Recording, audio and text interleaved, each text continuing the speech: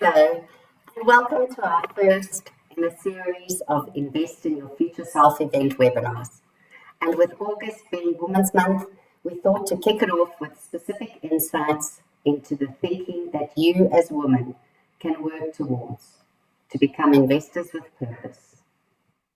So whether you're an existing client or a new one, we aim to provide you with the tools, ideas, and guidance to make informed financial choices.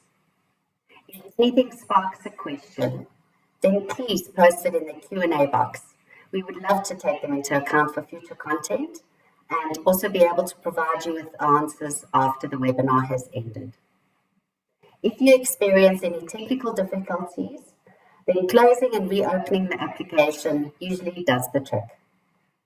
Our amazing lineup of professional women today includes Simone Arnold from 91 and Tumi Laote from 361 Asset Management.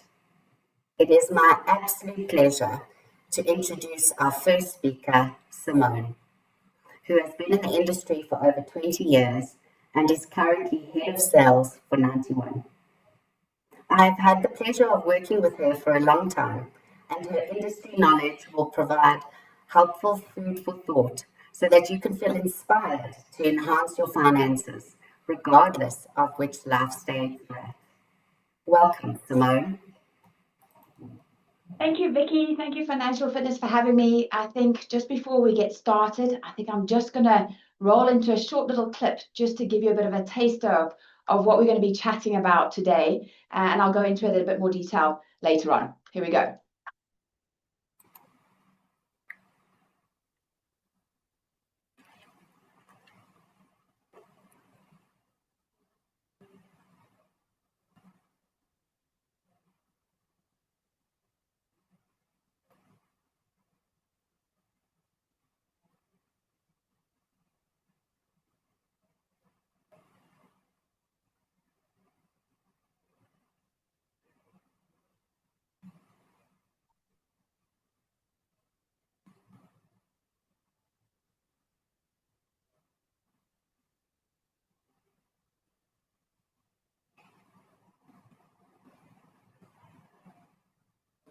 Thank you, Vicky, again for giving me, I think, the opportunity to talk about something that's really quite deeply personal to me. I think not just because as a professional, but also as a mom of two daughters.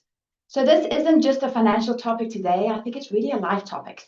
It's about security, it's about freedom, and it's about the future we're shaping for our families, I think. For decades, the world of investing has been largely male-dominated, and I think women have really felt undeserved, underrepresented, and completely underestimated. And I think many of us just feel so guilty even thinking about focusing on our own financial security. So we always tend to put our family's needs ahead of our own. So here's the reality. 85% of women run their households and manage their expenses, but only 20% take the lead in financial decisions. And yet 80% of consumer purchases are driven by women's buying power and influence. So you could say that shopping is our superpower, and yes, it is, but what about investing? So too often I hear women describing their households that the husband's the saver, she's the spender, she's the one dipping into her own savings for things like children's education, holidays, family expenses. In my household, it's scatter cushions. And while those are all important, yes, but the truth is, if your life circumstances change, you're going to be left massively vulnerable. A close friend of mine, very close friend of mine, was married for 18 years and she had 2 kids, worked part-time, always described her husband as the one who handled the money. She was the one who budgeted for the kids, paid for the school trips, bought the groceries. I think sounds very familiar for a lot of us. But when her husband suddenly passed away, she realized she didn't even know where those investments were, how to access them, what platforms they were sitting on. She had no seat at the table when it came to the bigger financial decisions. So she thought she was protecting her family by focusing on their needs, but actually she was leaving herself and them quite vulnerable. And the story isn't unusual. I mean, we hear about it day after day. So it's no wonder that 35% of women say their financial situations often keep them awake at night. And as a mom of 2 girls myself, that's not really the story I want repeated for the next generation. But there is good news that that story is changing and fast. So there's been a complete shift We are witnessing a real quiet revolution in financial power. 40% of US households now have women as the primary breadwinners. That's nearly 4 times an increase since the 1960s. That's crazy. And if women invested in the same rate as men, there could be over $3 trillion of additional capital flowing into global markets. So we're starting to claim our faith. And I think of a woman I worked with. She was a single mom. She hesitated for years to start her first investment account, very nervous, but she started with just $1,000 a month. 5 years later, she's not only built a small but solid portfolio, but she tells me she sleeps better at night because she knows she's building security for herself, but also for her son. But globally, women are still lagging men when it comes to investing. In the UK, only 40% of investors are women, while men own 70% of all invested assets. Among 18 to 34-year-olds, only 20% of women invest compared to 40% of men. And in the US, the retirement gap is striking. Average retirement savings for a woman, 50,000. For a man, 150,000. We're likely to live longer by like an average of 5 to 7 years. I mean, our money has to last us longer. But by the end of our careers, women are likely to have 80% less retirement savings than men. So a great example is a woman in her early 30s. She takes a career break to raise 2 kids, very familiar. She thinks she'll go back, work in a few years, but life happens. She stays out longer than planned. And during that time, she keeps the house running proficiently, but she does not contribute to her retirement accounts. So when she does re-enter the workforce, she finds that her male colleagues are not only ahead in earnings, but also way ahead in retirement savings. So it feels like she's lost a decade. Now she has to catch up. And that lost decade is really one of the hidden costs women face. Because we're more likely to step out of the workforce to care for our children and elderly parents. If we don't plan, the long-term impact can be devastating. So these numbers are really quite sobering. They don't tell the whole story because there really has been a generational shift underway. Here's the exciting part. Younger women are breaking the mold. The younger generation is more open, more informed, more active when it comes to investing, especially young women. According to a Fidelity's 2024 Women Investing Study, 60% of Gen Z women are already investing, compared to just 30% of Gen X at the same age, Gen X being myself, 100%. And 59% say they feel confident managing their money. Nearly 3/4 of them start before 25, versus only 26% of the boomer women. And this is a really, really good example. So let's say we've got two women. Emma's 25. She starts investing immediately when she starts her career. She puts in 500 Rand a month for 10 years, and she stops at 35. So she puts her total contributions are around 60,000 Rand. Her investments continue to grow until she's 65, and at about an average return of around 7% per year, say. And by retirement, her account has grown to around 600,000 Rand. But then we've got Sarah. Sarah's 35, and she waits 10 years before she feels ready to invest. So from 35 to 65, she also invests 500 Rand a month consistently for 30 years. So her contributions are actually 180,000 Rand, which is 3 times what Emma contributed. But by retirement, her account has only grown to 560,000 Rand. So even though Emma only invested a third of what Sarah contributed, Emma ends up with more money at retirement because she started earlier and she let compound growth work for her. So very important lesson. Time is greater than money. Starting early matters more than investing large sums later. And how are these younger women learning? They're not learning from the old Wall Street suits or the big financial textbooks. They're learning from YouTube, TikTok, podcasts. And that's the real generational shift. The next generation is asking better questions, starting earlier, but they still need their role models. And that is all of us. So how do women invest differently? And here's where it gets really, really interesting because we don't just invest, we invest differently. Women trade 45% less frequently than men. We prefer long-term diversified strategies and we contribute more steadily and we panic less. And what's the result of all of that? Outperformance. A study done by Revolut showed that women aged 45 to 54 outperformed their male counterparts by 8%, and younger women earned on average 1.8% higher returns. Why? Because we don't chase the fads. We don't jump on the latest hot stock because we heard a neighbor brag about it at a braai. And in fact, a recent Easy Equity study showed that men's top holdings included things like Tesla and crypto. And women, on the other hand, just the slow and steady broad index ETFs. So it's not about being risk averse, it's about being risk aware. And that's why women often achieve better, longer term outcomes. And if you think back in the days to our grandparents, if you think, let's call her Mary. Mary was born in the 1950s.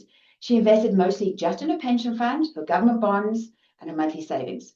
She's steady and reliable in her growth rates. She never misses a contribution, never panics in a market crash. And by retirement, she's got a pretty predictable, secure nest egg. And then we've got George, man in the same generation. He's dabbling in property speculation and shares. He does lump sums and the occasional property investments. He's got proper volatile growth, goes through property booms and slumps, interest spikes, and risky stock investments that often wipe out his value. So Mary's steady, disciplined, and conservative approach will likely outperform John's more exciting investments. While John's chasing the big wins, ending up with a lot of stress and volatility, Mary's patience and consistency probably will give her a better retirement income. But let's talk about advice. Only 23% of financial advisors globally are women, yet the difference they make is huge. When a woman collaborates with a female advisor, they are much more likely to trust and follow advice when it comes from someone who understands their life experiences. Their portfolios will probably reflect real life, like childcare costs, career breaks, longer lifespans. They're more likely to increase their investment contributions year after year, and they're more likely to stay loyal to their advisors, building longer and stronger relationships. But here's the catch. Even though female advisors are so effective, 40% of women say they prefer to do research on their own. Only 23% feel comfortable enough to approach an advisor. And why? Because they feel overwhelmed, intimidated, often even embarrassed to ask for help. Only 9% of women believe they can make better investment decisions than men, despite showing that they often do. So just a few lessons. Not knowing isn't protection, it's being properly vulnerable. Delaying a decision has a cost, so this I'll deal with it later mindset eats away at time, and time is your most powerful factor in investing. Silence is expensive. Not asking the questions, not getting a seat at the table, not seeking advice leaves us completely disempowered, and small consistent steps work. So that's why we need more women giving advice, not just taking it.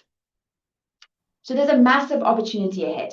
We are standing on the edge of the greatest wealth transfer in history, $100 trillion. Women will inherit most of that. Doesn't that sound cool? And over the next 20 to 30 years. That's more than any generation before. 95% of women will be their family's primary decision maker at some point. By 2030, we will control 30 trillion in financial assets in the US alone. That's nearly double what women held a decade ago. Now that's power, that's influence, and that's about building freedom and confidence to shape the future of our families and the generations to come. So I'm going to leave you with this. We are not just shoppers. We are not just spenders. We are not just budget keepers. We are investors. We are decision makers. We are the future of wealth. And when I think about my two daughters, and what world will they inherit? Will they grow up thinking money and investing is just for men, or will they feel confident about building their wealth and shaping their futures? Investing is no longer a man's world, and it never should have been. And now often when we start talking about this topic, we often get asked the question of, but how do I actually get started? I've got so many goals in life. How do I save for them all? Where do I start? And I think when you ask yourself that question, you're already taking the first step. I think the most important is to clarify your goals, and that not all goals are equal. You're allowed to have short-term goals, medium-term goals, long-term goals. If you think of a short-term goal, it's saving for that fancy holiday or that nice bit of travel you want to do, building an emergency fund.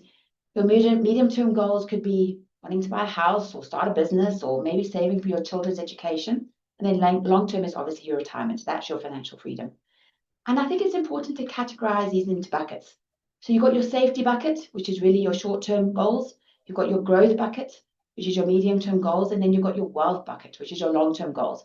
And that is the important one. And that's the one you need to start early because you need to let compounding do the work. But each bucket will have a completely different investment outline. And that is where the role of the financial advisor is actually so crucial. So you don't need to find everything right away. You can start with one action per bucket. So you could put a couple of $100 into your emergency fund, contribute 1,000 Rand for children's savings, start saving there. and contribute 1,000 Rand into your retirement annuity or your pension fund just to get started in terms of your retirement savings. And as your income grows, you can scale up your contributions. So your habit matters more than the amounts at the start. And then I think it's important to realize you can work towards multiple goals, but you don't have to work at full speed all at once for all the goals. I think by having the buckets, you can balance your living now, because we all want to live now, all have a little bit of fun and do what we want to do. We can work towards progressing in life, and that's buying that house or saving for our kids. And then obviously, most importantly, securing for our future, which is our retirement. And with this, Vix, I think I'm going to hand over to you just to talk through some of these buckets that we can invest in to get ourselves going and starting that step. 100%. Thank you, Simone. After that, I think you're going to agree that there's been a hell of a lot of important points raised so that women can have the driver's seat of their own financial destiny in place.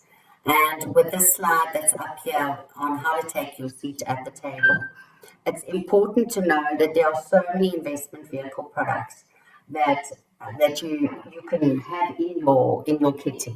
And as Simone was saying, different buckets for different needs.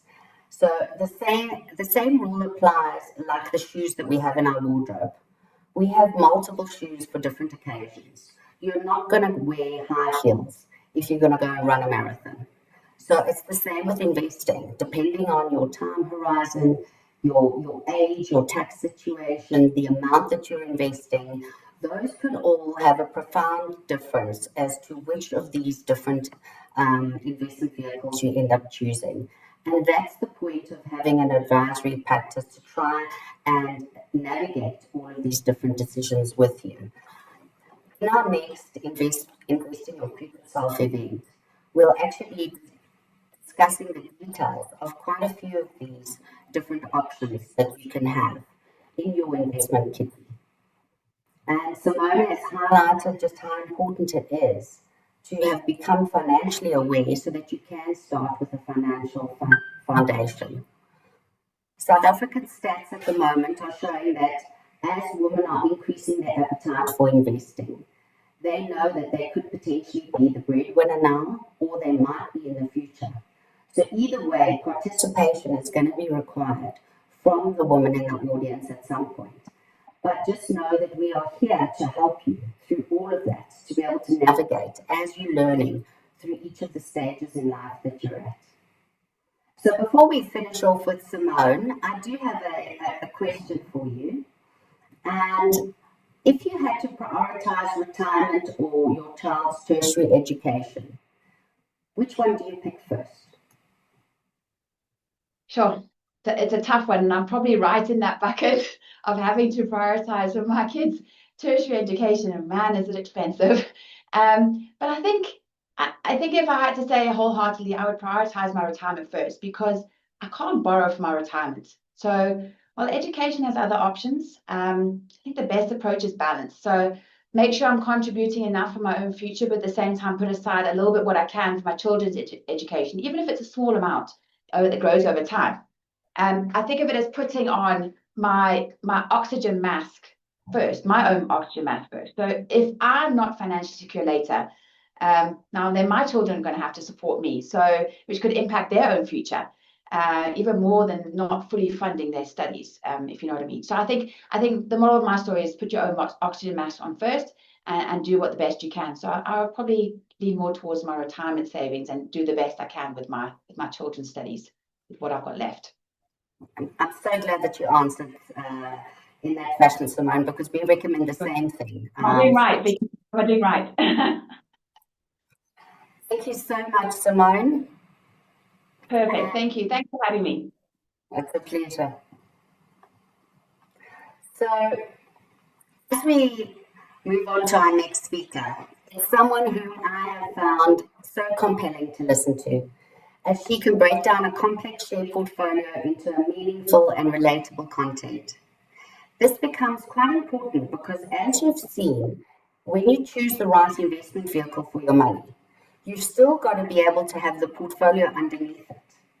And that has the biggest impact on how much growth your investment does for you in the long term. Now, over the last 27 years at Financial Fitness, We've seen too many women saving too conservatively in the bank, purely out of fear of not understanding anything else. So, of course, as Simone has highlighted, you do have your emergency savings at the bank, but thereafter, there are many more areas that you can choose so that your capital can actually make more money for you. The table on the screen shows the effect of not choosing alternatives to the bank with your funds. Over just a 10-year period, a 500,000 Rand investment in a balanced fund portfolio can be worth 610,000 Rand more. That's just 10 years. That's not a long time. Most of us are at least going to be saving for a minimum of 30 years.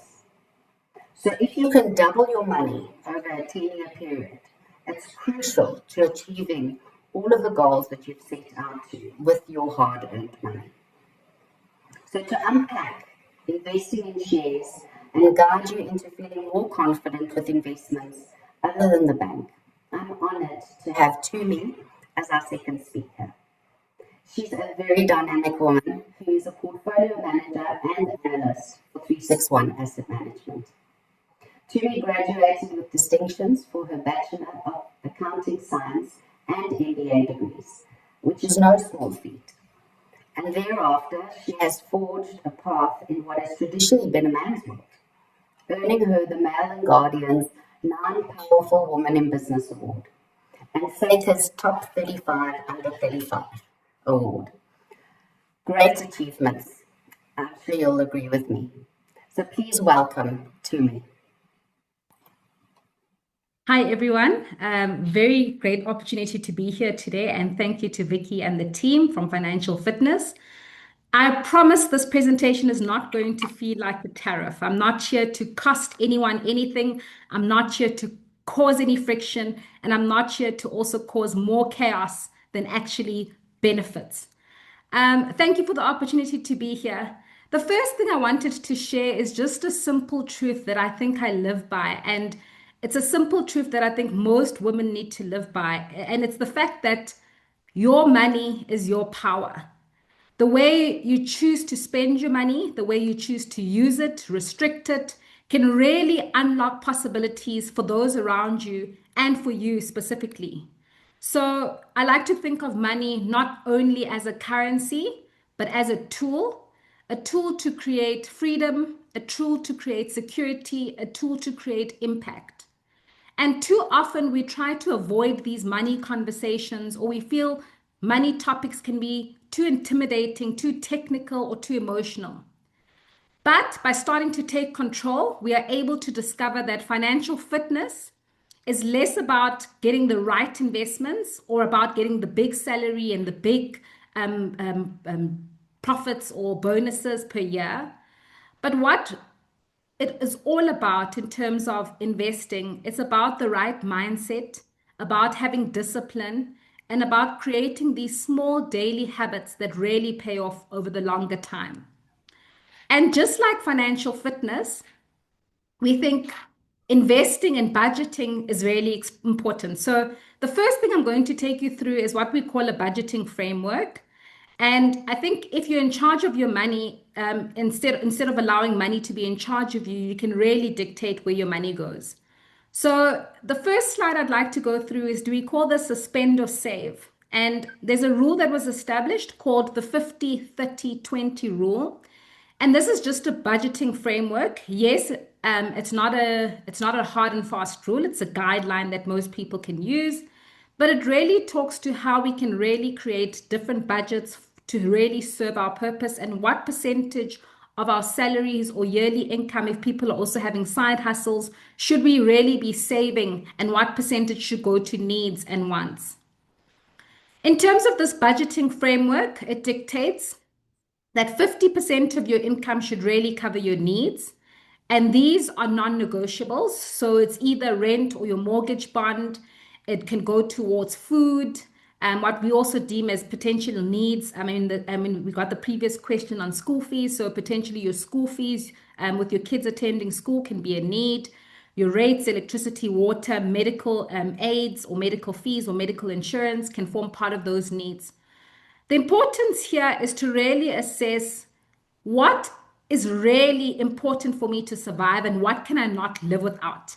We definitely can live without that holiday overseas, that flight overseas when you want to go to Terminal A instead of Terminal B.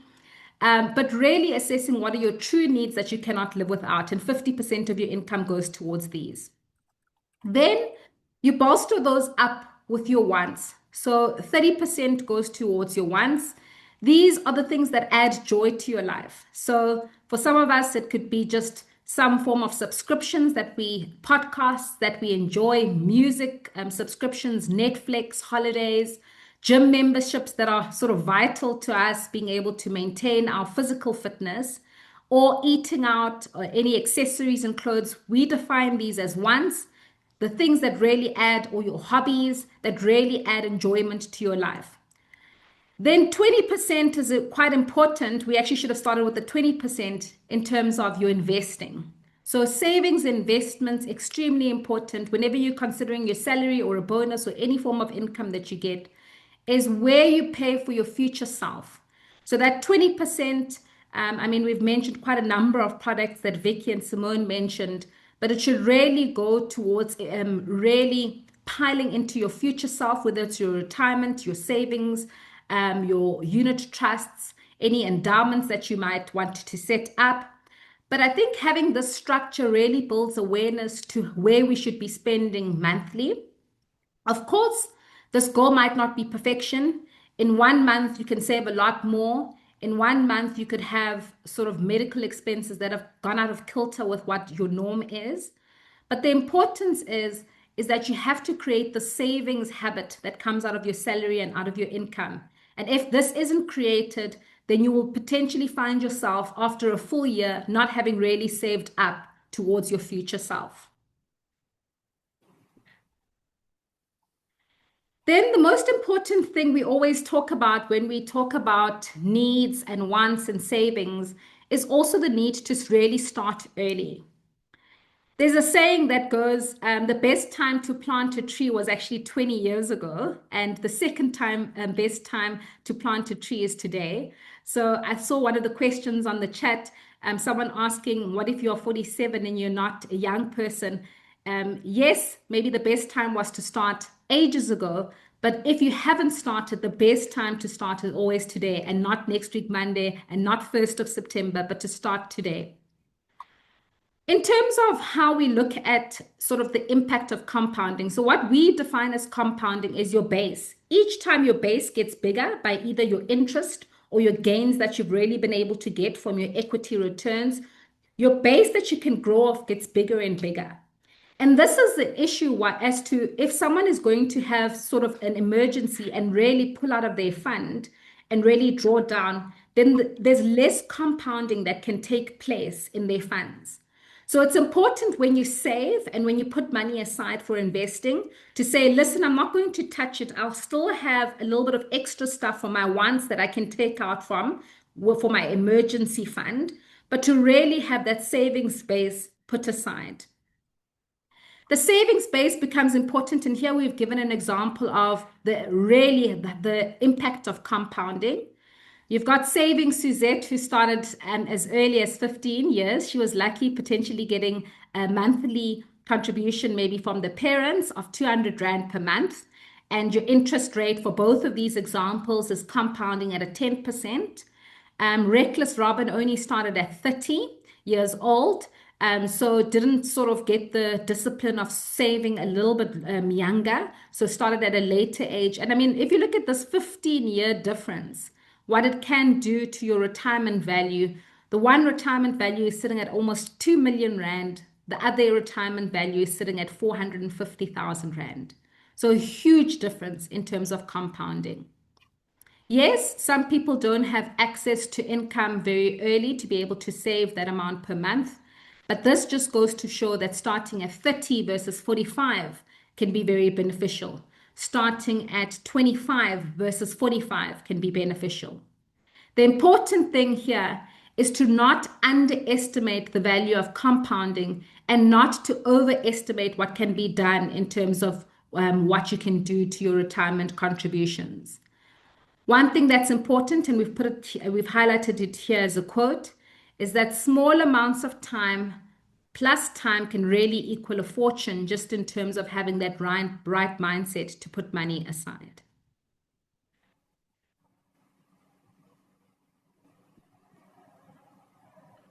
Then, as an equity expert, so I look after what we call balanced funds at my current job, and we really try and split out different asset classes. So we look at equities, we look at what we call bonds or fixed income, which is investing in either corporate bonds or the government bonds of South Africa or other countries. Or you can look at investing in property as an asset class. So there's various asset classes within the balanced fund that we invest in. But what I wanted to show is quite a lot of people, and I mean, Vicky mentioned this earlier, invest in a bank account, either a money market instrument, because they're very nervous about what can happen potentially to equities and shares over time. But one thing I wanted to highlight here is there's different equity, what we call equity indices. Equity indices are a bunch of equity groupings that have been put together. You've got one that is called the ALSI, which is the All Share Index. So it's all the listed shares, whether they are SA Inc. or global shares. So we've got some global names that are listed on the Johannesburg Stock Exchange, the likes of British American Tobacco, Richmond. These are global companies that are listed on the local Johannesburg Stock Exchange. And your ALSI encompasses all these companies, whether they're large or small. You've got the top 40. Your top 40 is the very big 40 companies that are listed on the Johannesburg Stock Exchange. Capped SWIX really goes and limits and makes smaller the bigger shares in an index and really goes and actually looks at what is the true representation of companies that are listed. But the technicalities about the index don't matter. What I wanted to highlight today is that regardless of what equity index a woman could have invested in, these indices have really gone up in value, almost around 280% gain versus your value post the global financial crisis and since the last 10 years, versus going into a money market and saving in a fixed deposit or cash instruments at the bank.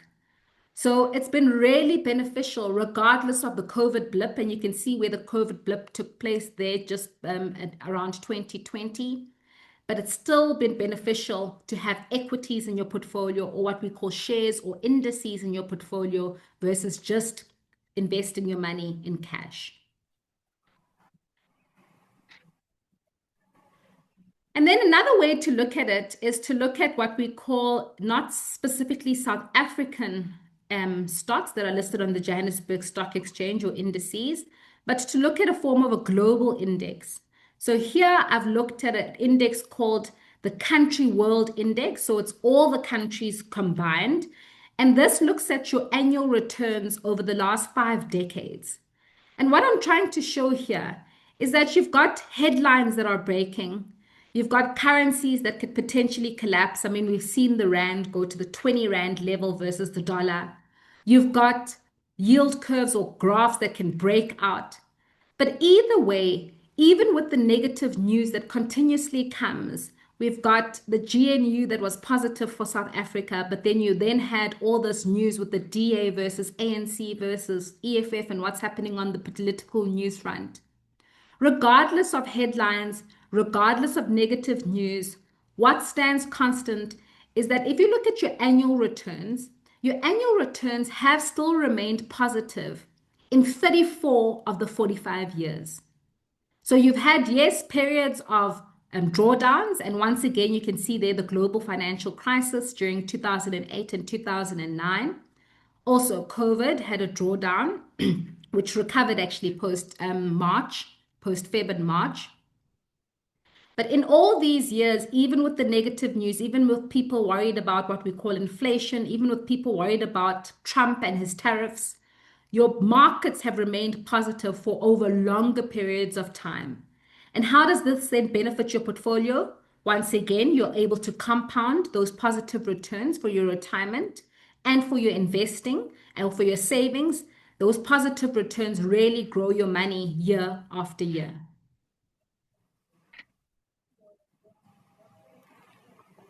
Simone mentioned at the beginning of the call that as women, we really, really love shopping and we cater to the needs of our families.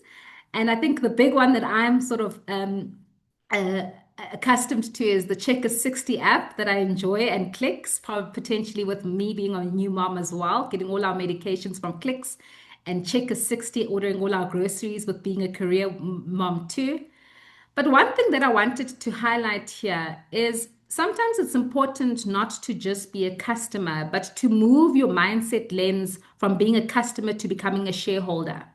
So a lot of us women really know which sort of brands are really working out, which companies typically do well without having to sit in my seat as an equity investor. But the important thing here is sometimes you can use a customer investor lens because you've got great brands that are very sticky. We've all know of the big tech counterparts globally, whether it's Microsoft, Google, Netflix, whether it's local brands, Checkers 60 or Clicks. Yes, it's important to not to realize that not every brand makes a great stock, but it's a starting point.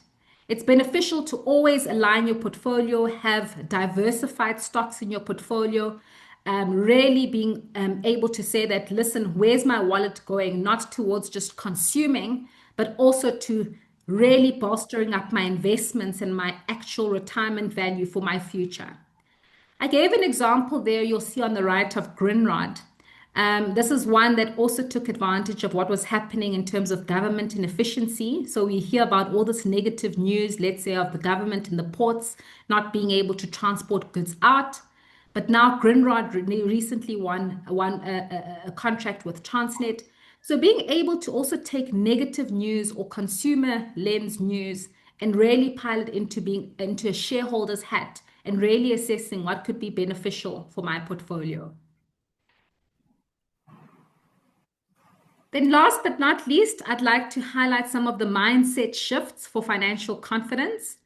And the first thing is from scarcity thinking to abundance thinking. I mentioned, yes, people being nervous about all the news flow that they hear in the markets, or when your market really can go and have a downturn and your shares can derate or go down significantly, and people get really nervous and say, maybe shares are not for me. But once again, the scarcity thinking to abundance thinking, really saying instead of being scared of market downturns, really seeing them as opportunities for entry points to buy. The best entry points in the markets have been when literally your markets have been crashing. So whether it was April this year with Trump coming out with his tariffs, whether it was during COVID, some people were smart enough to buy some Sasol shares at 50 Rand.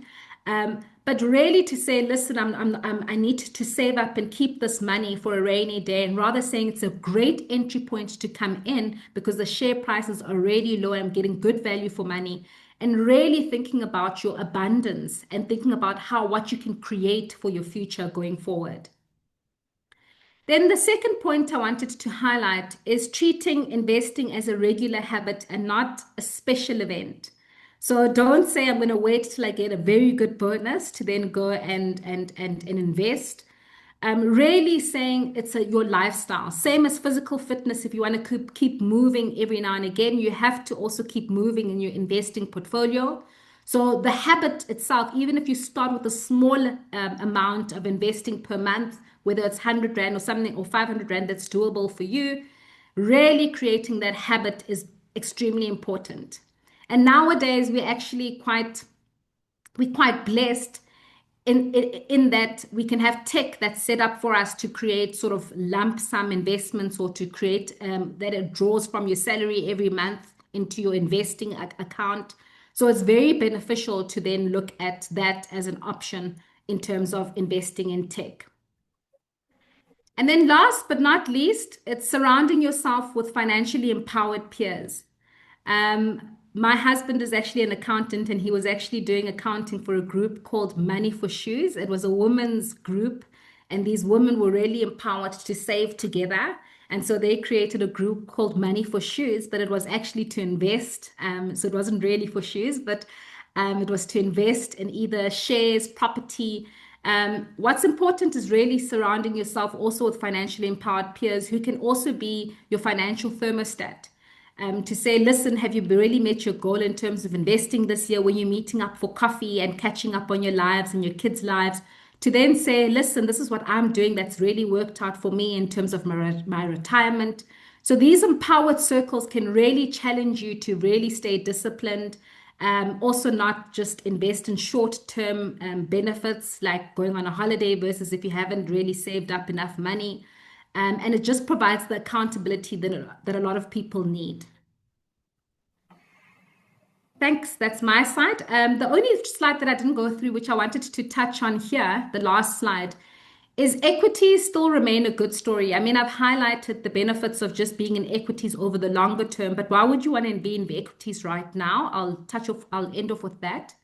But the big thing is we're going through an energy transition. We can see most people are utilizing not solar panels. Most people are now utilizing renewable sources of energy. So there's room to grow in that space.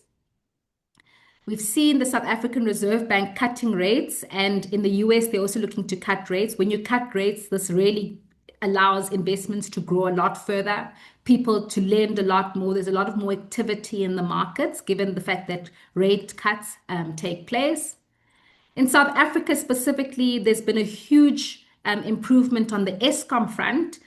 So yes, quite a lot of people looked at getting solar panels, but besides just Eskom, there's also quite a lot of movement and traction happening in Transnet and logistics to really get the GDP of this country going. And so that's beneficial in terms of really securing logistics and really securing quite a lot of pipelines for growth in South Africa.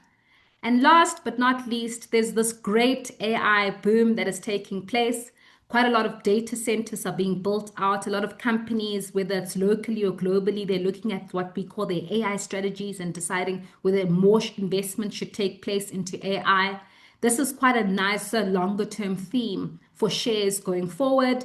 Some of the tech stocks you'll see globally have done very well as a result of this. But once again, equities are remaining a good news story, regardless of the negativity that gets priced in daily. All right, that's it from my side. Thanks, Tumi. And apparently my sound was not very good earlier. If anybody did have a problem with any of the sound, you're welcome to take a look at the recording afterwards, which we'll have on our website. Perhaps it'll be improved. And I just have a question for you, Tumi, before we close off. If you had to start and you were a beginner in shares, what would you do? So being a beginner in shares, so I actually studied and sold all my investments actually. So I'll share a personal story here when I went overseas to study. And when I came back, I got into investing, and I got into investing not only in my career, but investing personally and really starting off from scratch. And I hadn't picked up quite a lot of equities in terms of sectors, but what I knew that is that I needed to create that habit. And so I was a beginner in the asset management career, but I was also a beginner in my investing journey. And luckily, I didn't have any debt from my studies. But what I decided to do is to really rely on experts and not rely on myself in terms of picking brands or picking shares. So if you're very nervous and you say, listen, I don't have the time to be looking at whether the ShopRite share or Pick n Pay share is going to go up and down, is to really say, listen, I entrust investment professionals who manage unit trusts, and they are looking at this every single day. And they are constantly debating, challenging themselves on as to return metrics, whether it's in the banking sector, whether it's in retail sector. They're really challenging themselves which areas are going to grow. And so for me, the first point of call was to just invest in a unit trust, bolster up my retirements, my personal unit trusts, and really start there. And as I saw it growing, I got a little bit more confident to different unit trusts. So I was now also researching the different unit trusts. So I think for beginners, rather than say, okay, I mean, I spoke about the brands earlier about, yes, Checker 60 doing well. If you're not confident in your ability to pick the right brands and the right valuation, I think it's important to entrust that to a financial advisor and to entrust the financial advisor to also pick the right firms and asset management firms to then go and invest on your behalf. And you get that peace of mind when you're sleeping that us as investment professionals are constantly daily looking at these stats on your behalf. I couldn't agree with you more, Tumi. And as you can see, from we as the advisors at Financial Fitness do have an important role because we connect you with both the platforms and the fund managers.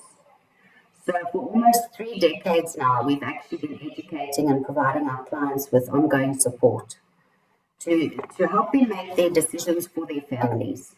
And as Simone and Tumi have highlighted today, if you need to be able to match your needs and your goals with whatever they are for your personal circumstances, because everybody's different. And we can help you manage that with the right platform, the right product, and the right portfolio. So we will be hosting our next event for the biannual Worldwide Wealth webinar in September. So I would like to now close off and thank the presenters, not only for their valuable time and their knowledge in their industries, but also the personal stories that they've provided with us today in the webinar. It's truly been a wonderful experience, and I thank you for that. And we welcome you to all stay in touch with us because we want to walk with you through this journey, but wearing the right pair of shoes. And we look forward to inspiring and educating you in our next Invest in Your Future Self event. So thank you and goodbye. Thanks, everyone. Thanks, everyone.